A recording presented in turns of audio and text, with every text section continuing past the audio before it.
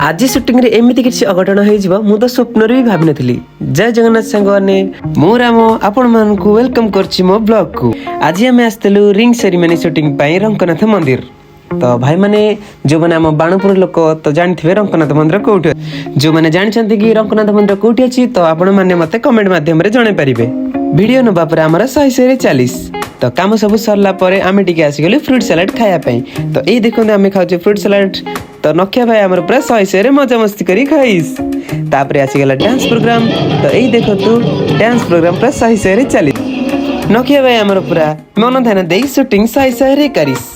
एथि सहित टिके ब्रेक हो जाइस। तो आमे आसी बस जाइस एई जगह रे। एपटे अछंदी मोर जगन्नाथ प्रभु आ सेपटे अछंदी मोर कृष्ण प्रभु।